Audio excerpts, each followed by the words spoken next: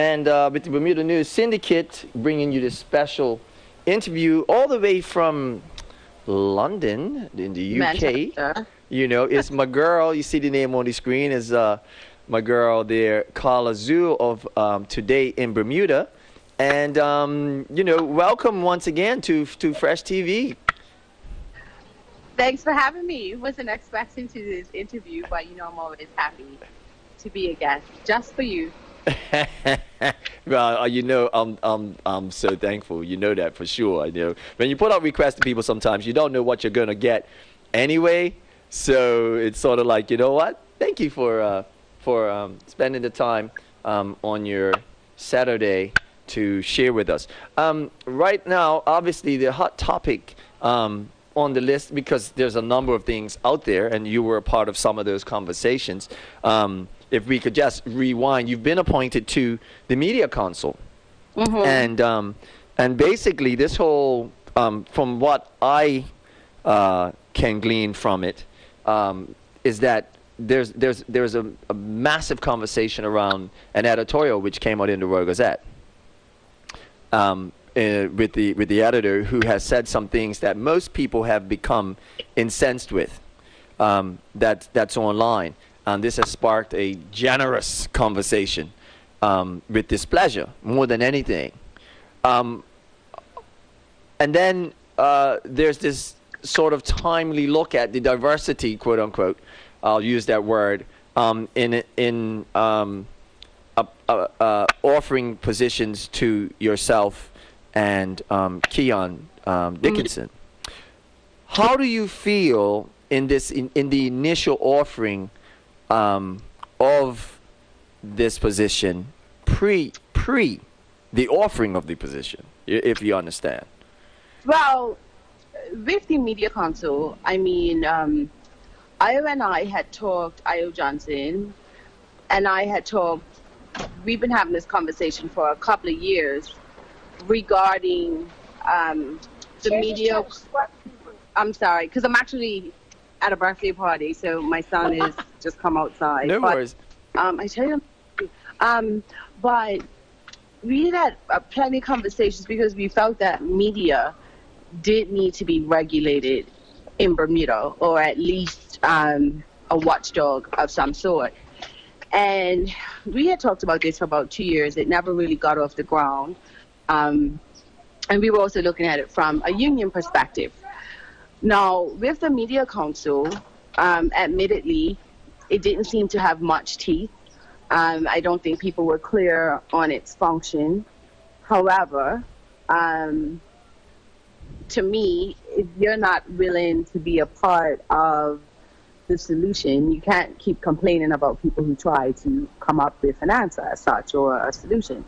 So when I founded Today in Bermuda, that's what, 2014, I had to get a validation as such to say that we were a member in order to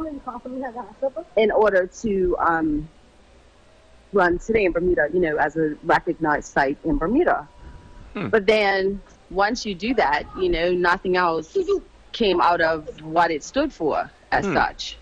Now, I have had issues with, I think, that who they've granted media status to. I have had an issue with that because there's a difference between being a journalist and a sensationalist in certain cases. And I would be quite vocal. I'm just learning not to be as vocal publicly as I am historically known to be. Be real. But I did have an issue with it, and not from a personal perspective, but from a professional perspective. And I mean, some people who would even hear me say that would say, oh, they have a problem with me saying that because they feel that I've done a couple of things that may have been deemed sensationalist, i.e. the gentleman who killed himself when he jumped off the lighthouse that time.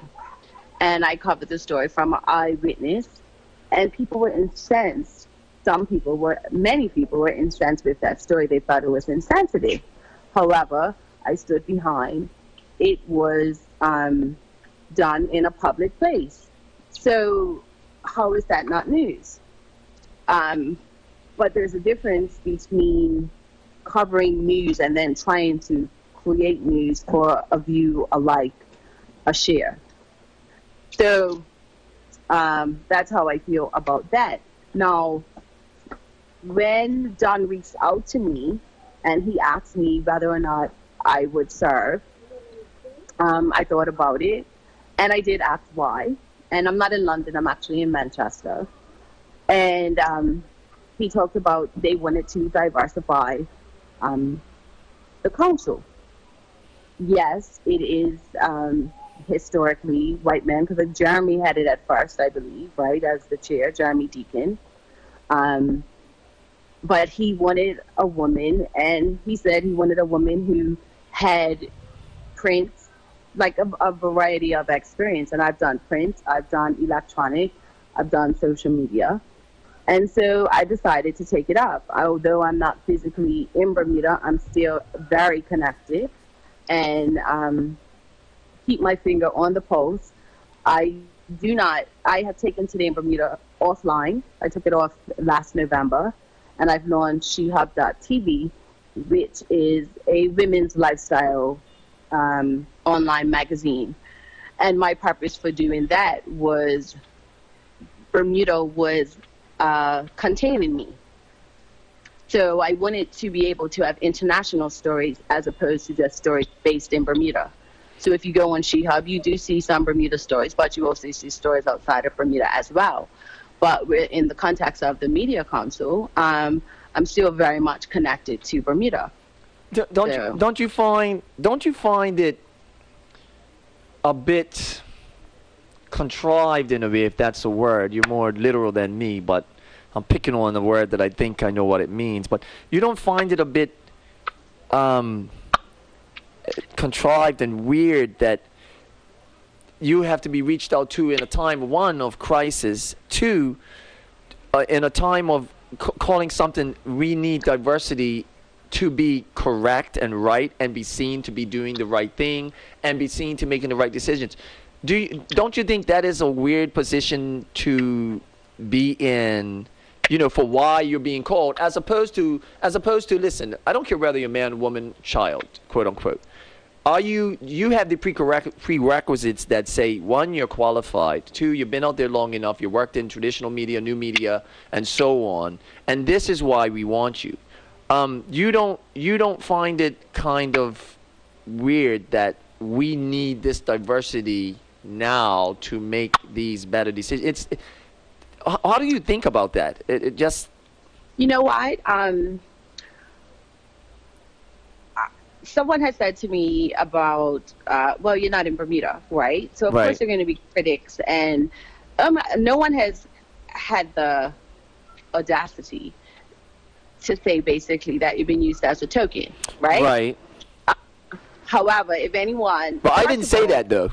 No, but that's fine. But as you know, I speak my mind. So, right. Call a spade. And see, it leads to what the bigger problem in media has been in Bermuda for years. Right. Which is, when I started in media in 98.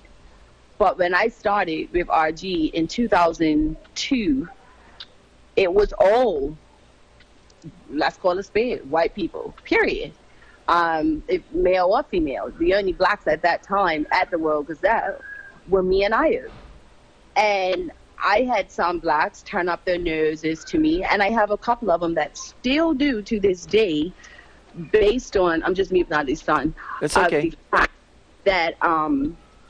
Based on the fact that I worked for the Royal Gazette. It's like I've never stopped. It's professional. Stop it. Yet I've never been forgiven for it. So this has always been an industry, but even going back, if you were to go back to Bill Zul, and Bill Zul would tell you, and I worked under him, I always stood up. I always was not afraid to get those stories that others wouldn't get. So as opposed to looking at a way of, for lack of better words, bailing out the Media Council to make it look diverse, I looked at it as another opportunity for my voice to be heard, to put some objectivity, to put some diversity there as well. Because if I'm going to be there, I'm going to be there effectively. And I'm definitely not going to be there just as a figurehead or just as someone to go with the flow because A, B, and C said so. Right. So, you know, it's funny because I was starting to lose my zest for journalism. And this actually gave me a little boost again because I've put in many, many years in this industry. And I feel that not by some not given the credence deserved, and I'm not talking about awards or anything like that, but I think that people sometimes take journalism in Bermuda lightly unless you look a certain way. Yes. You know, or you do a certain thing. Yes. So, you know, there are women, and I always say this, I just remember being 11, 12, probably a little old, about 14, and seeing Ciola Wilson in person for the first time in 27th century. And I was like, oh my God, she was like my icon. Right. You know, and she was the reason why I got into journalism. I decided to go, you know, to uni in the 90s and got my degree. Right. But I think sometimes, because I remember years ago when something had happened. The gentleman, I think he's passed away now, but he was caught in Virgin Islands with drugs on a sailboat. And it had to go on the front page. But then something else happened that a white gentleman, this gentleman was black, and that had to go on the front page because there was no way that they could have this story about a black man, but not this story about a white man. Now, those conversations annoy me because to me, then it speaks to the problem. You know, and I just feel like sometimes Bermuda is not honest about the racism, about the prejudice. So I think that media in Bermuda has always fought against it being the white establishment. I mean, the sales dollars from the business side of it, the sales dollars surely that. Yes. You know, yes. That today in Bermuda, and I'm talking 80,000 hits a month, and could barely get any advertising. That's right. You know, it's interesting that you when you mentioned that, and you mentioned about the stories, the way how I tie that together is, the establishment businesses have no problem seeing B-rated stories about our melanated group and of people.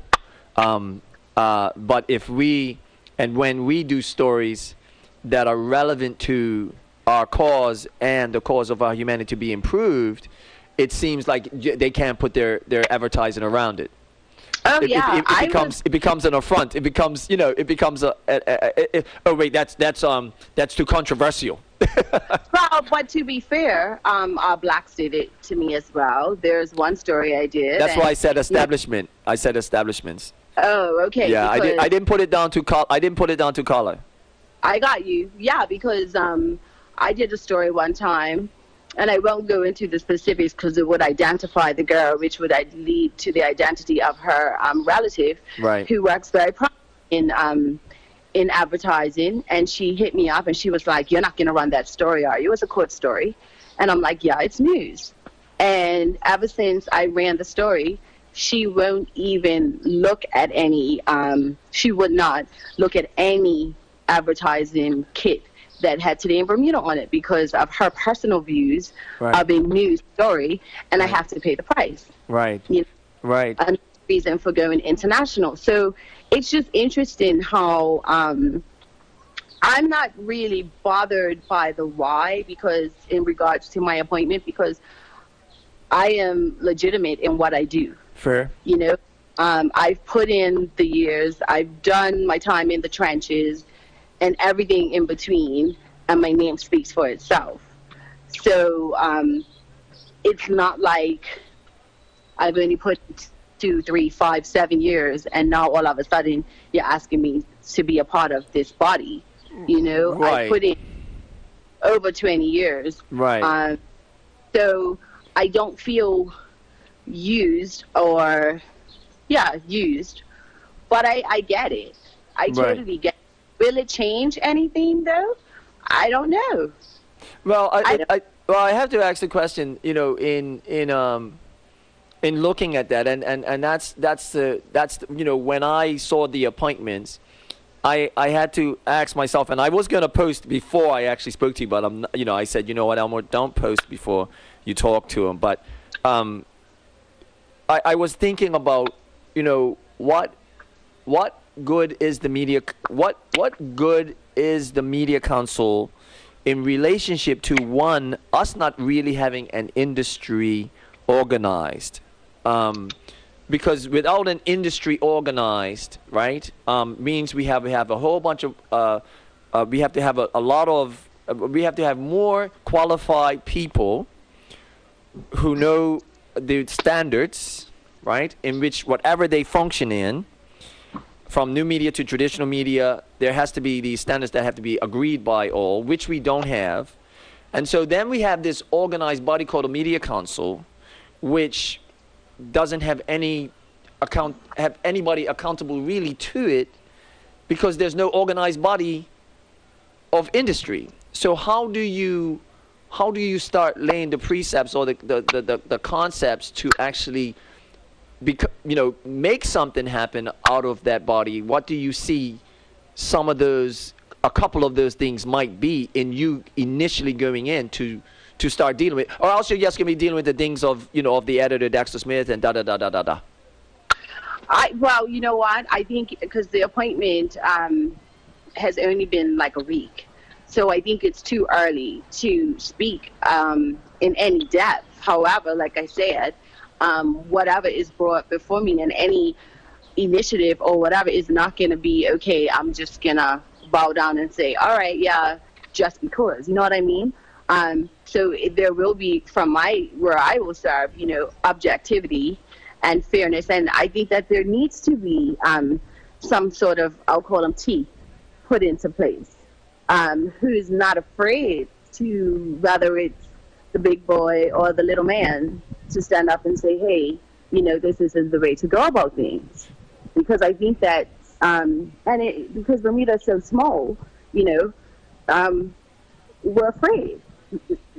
I've worked at ZBM, and we've had to post stories because the advertiser would be upset, But I hope that with, the council, that we'll be able to solidify things and hopefully create a body that can be regulated as such. But then it's also the respect, because if people aren't going to respect the media council, will things change? But will you take up things like the economic disparity? I mean, you got to have some sort of peeves that you kind of, good peeves that you kind of go in with to say, hey, I'm going to champion this view or that view. Have you thought about that? Like looking at the inadequacies of budgets and disbursement of economics in terms of media. Of course, because for example, I've been running. She-Hub launched in May, and I haven't even bothered to even seek one advertiser at this point for that very reason. In the sense of, let's say it's just going to be the same. So I'm doing it out of love, and eventually I will attempt to monetize it. But I'm actually enjoying it more because I'm doing it out of love without stress and deadlines and etc. But that is definitely an area that will have to be looked at and addressed. But again, I think the big challenge in that is, how do you shift establishment's mindset? And will that be a part of, like I said, I mean, I was asked a long time ago to join, but I just didn't see, I personally didn't see a need, and it became quite a, seeing the boys club with Earl was in there, and I just didn't see the need. But as I look forward with you guys, with Keon as well, I'm just, I guess, would like to, that's one of the things I would think that there has to be some kind of clear vision you guys might have, because I could hear just by your comment about not going out, you're somewhat scarred in a sense of, having to deal with the local contacts of advertisers telling you no. And all of a sudden you resonate with me. It's sort of like, geez, why bother when you know what the answer is going to be? And it only sort of puts a dampen, in a sense, on your... For sure. But however, again, I can't speak for Kim, but I'm pretty confident in saying that he's not going to be a sit down and yes man either, And so to me, I'm not going to be a part of anything which is just a place where you nod your head and go with the flow. And I mean, even with the members, I've worked with all of them in one capacity or another, and I found them all to be fair people. A lot of people don't want to talk about race, but at the end of the day, yes, I am Black, and I will look at things from that perspective as well. It won't be my only perspective, but I will definitely advocate on behalf of the little people, and yes, the Black man and or woman. Well, you know what? Thank you for sharing with us. I know it's going to be, the challenge is going to be being, most things are online now, but that's, I think, just a small part of what the Media Council's work will be. You being overseas, people will consider it as a challenge as to being on the ground, but I'm not sure. I'm not sure that I'm concerned with that. Bermuda is an international business mecca, right? Of all those big companies, you tell me how many of their chairmen and high VPs and whatever the case may be sit in Bermuda every day, all day. Right. Or on the flip side, how many people in Bermuda have conducted, for example, interviews for jobs via Skype? So I think for anyone who says, well, she's not physically here, I think it's very small-minded. I can see that if I'm in year 17 of my career and I've only did 2 in Bermuda and 15 out here, I can understand that. But I've only just left 18 months ago, and with technology, you're still right there. I can have, in the time we talked, I could have sent 15 emails if I was on my computer and not standing outside with my selfies. You see what I mean? So I think that when people who may feel that way, I think they're being very old-fashioned and very antiquated and very narrow-minded in their thinking, And so what do you say to that besides be open? I mean, how many times do you Skype, not you, but one Skype their children, grandchildren, and families? It's no different. True. Last thing is, do you feel that this position is going to somewhat muzzle you in because you're a very vocal, a very vocal Facebook person. I mean, we could just take a scroll and look at some of the comments being made about Dexter Smith's comments on, on this whole thing. And I mean, do you now, will you now still be able to post on a Dexter Smith comment like that, or will you be muzzled to deal with that? To be fair, see, that's one of the problems that people have with me, is that I've always been vocal. But for the last probably 6 months to a year, I've kind of mellowed out. And it's funny, I just posted yesterday a status, and I said, every battle does not need to be a war.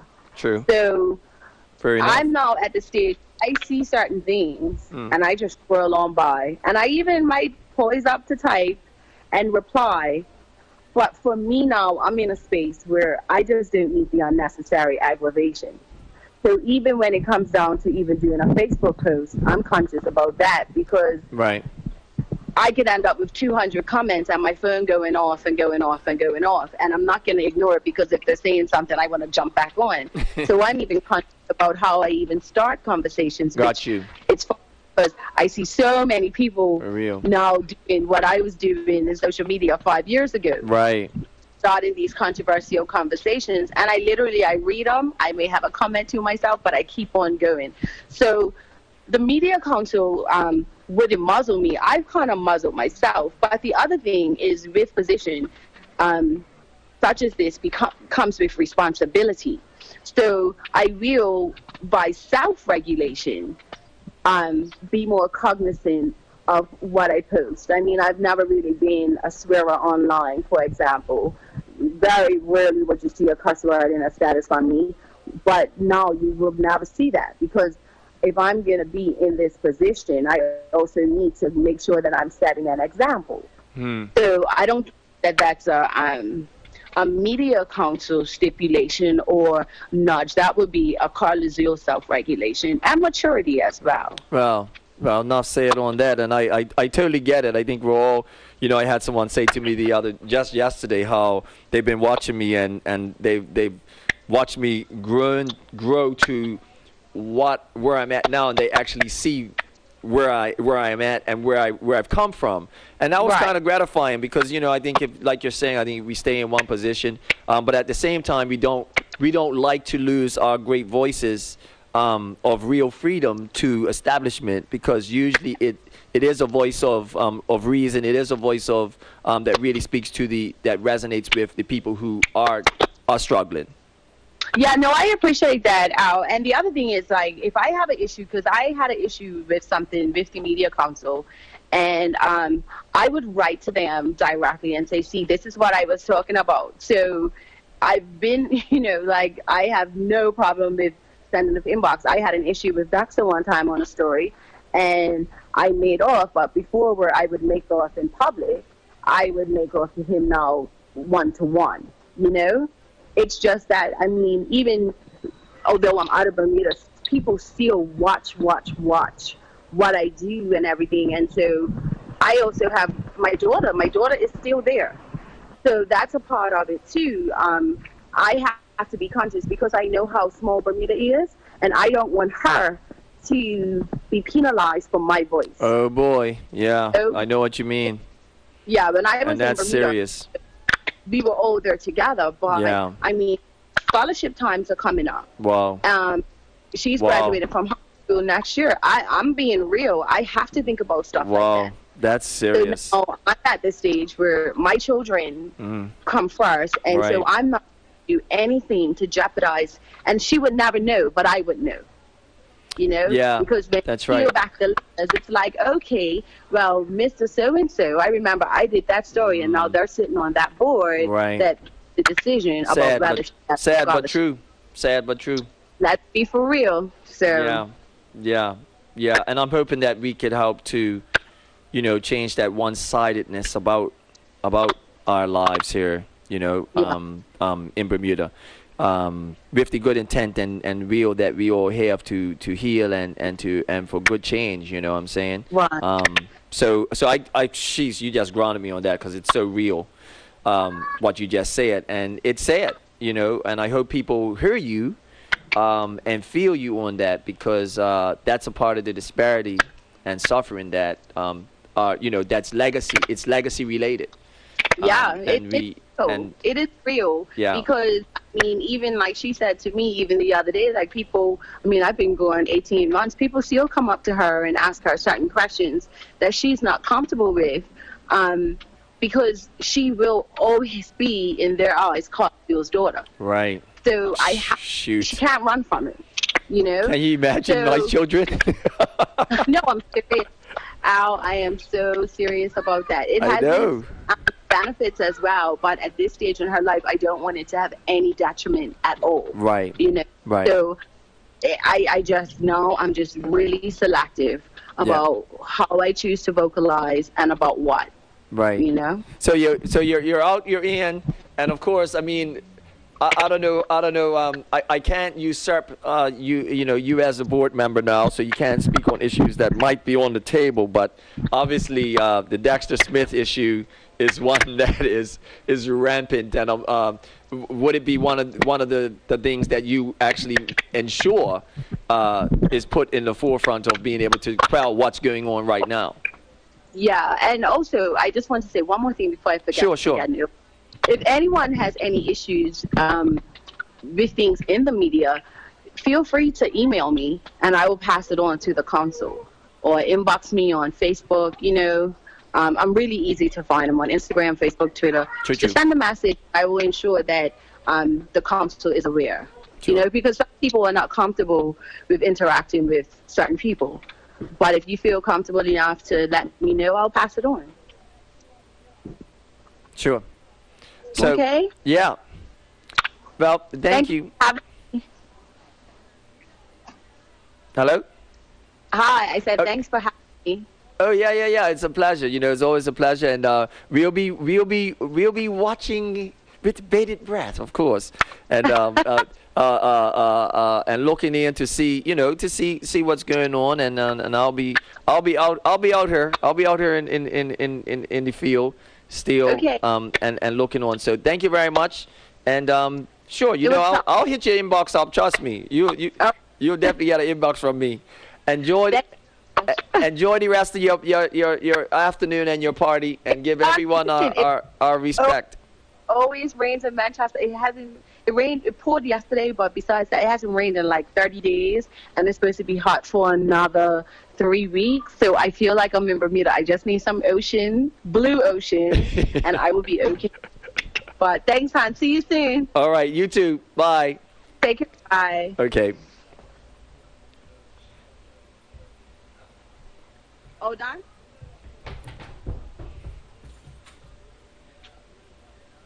There we go. We just had our interview with Carla Zool over there in the UK, and very interesting conversation. We will look forward to seeing what the influence is, and like I said, I think, you know, when you have you know, it's fine. It's fine speaking about diversity, and it's fine looking at that, but at the end of the day, should it come down to, you know, if it means that we must be the adversarial view, which to me, quite honestly, when you start saying that we must have a black person on there, or we must have a female on there, I believe we're creating a setup. And the setup is that my thinking can continue as long as I have an opposing view from the other side, from the female, like, about women's issues, from the melanated people about their issues, from the poor about their issues. I would think we should be really focusing on, are we right-thinking people?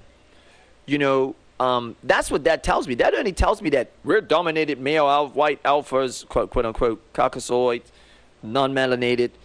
You know, we're this group. We have the money, we have the power, we have the privilege. But we need you, melanated, female, poor person, so-and-so. We need you to come on here to balance it out, because our views are going to be this. And that is the danger point.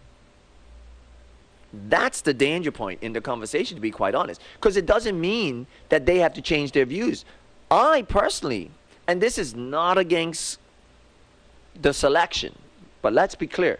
I personally believe that they should have struggled on by themselves and had to change their views. And include people when they had changed their views of color, of gender, of whatever. But I don't see this as the changing of views. I see it as the appeasement of point of view to say, well, we've got these guys sitting around the table. Well, we could convince the devil to flee if you say the name of God so many times, the right context. So it's, you know, we just have to, I think going forward, we have to look at that, you know. This whole thing about this word now about diversity, it's becoming this catchphrase because the rich, the privileged, the corporate people have now decided to embellish it. And we must be careful that this catchphrase just doesn't become a thing of the past. Just like racism, right? Just like affirmative action. These things get packed away in the annals of history without any real effectual things taking place to move societies forward. While they may move individuals forward, but it doesn't move nations. Yeah, you see what I'm saying? So we must consider that these men, these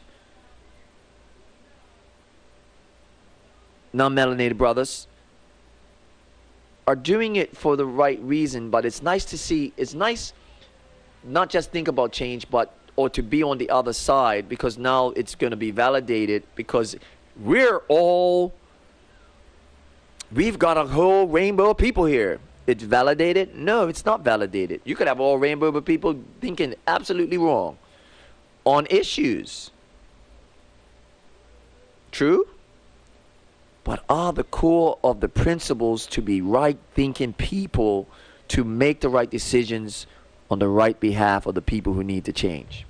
And that is what my hope is for this media council. That's what my hope is for all organizing bodies that are out there and groups that for this or for that. But more importantly, don't select because of this whole diversity thing. Direct because you're selecting the right thinking person. And it just so happens they're melanated or non-melanated or whatever the case may be. Because that's one thing Fresh has not been afraid of. I haven't been afraid of having a white person beside me or business or whoever. I don't care. Are they right thinking? This is the key. Because if they're not, then we're in trouble. I'm in trouble. Yeah? So, there was one last piece before I go. There was one last thing in relationship to this whole diversity thing.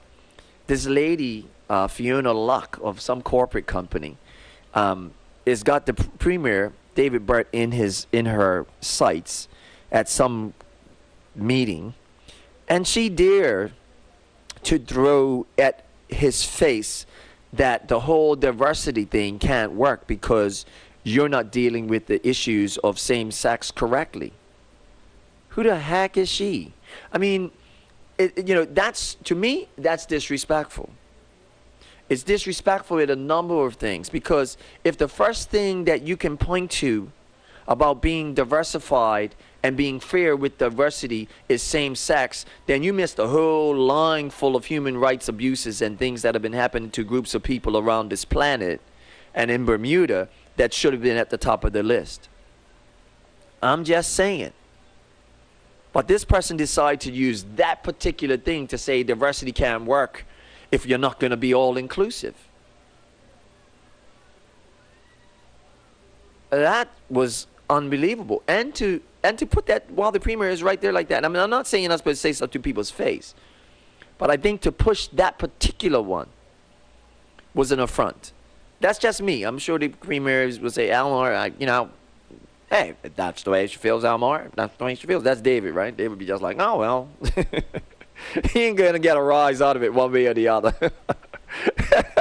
Round the corner, though, that's... But no, I just think that that was in. I think that was not.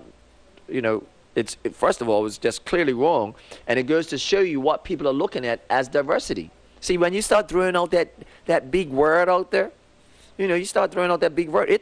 All of a sudden you start putting a cap on what you think is diversity. I'm thinking they're talking about getting black people paid up, rich, getting the equal salary, like I said. Put that person beside that person and say, hey, this is no big deal, right? Let's go to the accountant. Let's go to the accountant. Take your diversity course right to the accountant's office right now. All you corporate people, I would think you should be in all the accountant's offices right now, your auditors and all that, making sure you don't miss a cent of what is owed to the people that have been underpaid because of the melanation, just because of the melanation. And it's true, or just because of their gender, or just because they didn't go to, and they've been doing the same work or more. But this is not no big thing about the diversity thing. Let's not get hoodwinked by this word diversity, because it's a hoodwink. It's a hoodwink coming, just like the racism word is now a hoodwink word. It's out of context. It's called accounting, people. Go there, look at the books and see who's been getting paid more than the next person beside you. And are they black, white, and different, Portuguese, green, black, or white? It's not that difficult. But now we're going to make a whole conversation around diversity. We're going to put all sorts of boxes to check now. Hey, did you check that box? Was his tie straight? Was he wearing dreadlocks? We gotta be more diverse. we gotta be more diverse. He's allowed to work here with dreadlocks. That's what they call him, right? Oh wait, he's real dark. You put him on the front line. Show we're diversified. Yeah, boss, but what's his check look like? Let's be just honest. People could care less if they are in the dungeon or if they're on the front line. Are they being paid their value according to everyone else around them? That is what the real deal is. You could talk about all this other stuff. I ain't trying to eat dinner with none of you. If you have me over, it's nice. We do something else, you might like me, you invest, you come up. That's how it works. You know it's how it works. But I don't make it to your dinner table anyway. Ask the girl Marshall, the lawyer. See how many people, since I asked her that question, have sat around her table at the dinner table to this very day. Somebody let me know. I talked to her, 3-4 years ago up in Somerset. She hadn't had nobody over for dinner. It looked like me. Call her today and see how many she's had come over that look like me for dinner. And have their lives improved because of it. Because people really don't care about that. People care about their direct family life, how they're living, what they can afford to do for them. Are they just struggling to get by, to make a way? That's what people care about. People don't care about going over to everybody's house and eating dinner just because you're of the opposite persuasion, new culture, different culture. Get over it. Are you being treated fairly when you step into this wide world out here to earn a living, get paid, and be able to afford the things that make life enjoyable for you and your family to grow, strive, not just survive?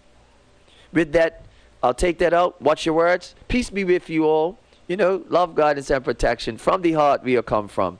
And, I spoke to, I'll be doing this one again, but, I spoke to somebody the other day, and it was really cool that the person came up to me, businessman, and said to me, Elmore, you know what? I've been watching you, man, and I see it. I see it now. And it was one of my non-melanated brothers. And we embraced, and it's good. It's good. We could do this. But it's also, I had to let him know, listen, while you're in that business, this embrace is not enough. We must start looking at things a little bit different when it comes to our exchange of finances and money. I cannot help but say it. Because you showed me that you're open to me. So now that you're open to me, you come to me, I must give you more. Our other brothers and sisters and all people can't be ashamed to take instructions that are going to improve where we feel we want our society to go. So I thank you for that, beloved, and peace be with you. And you're gonna be okay.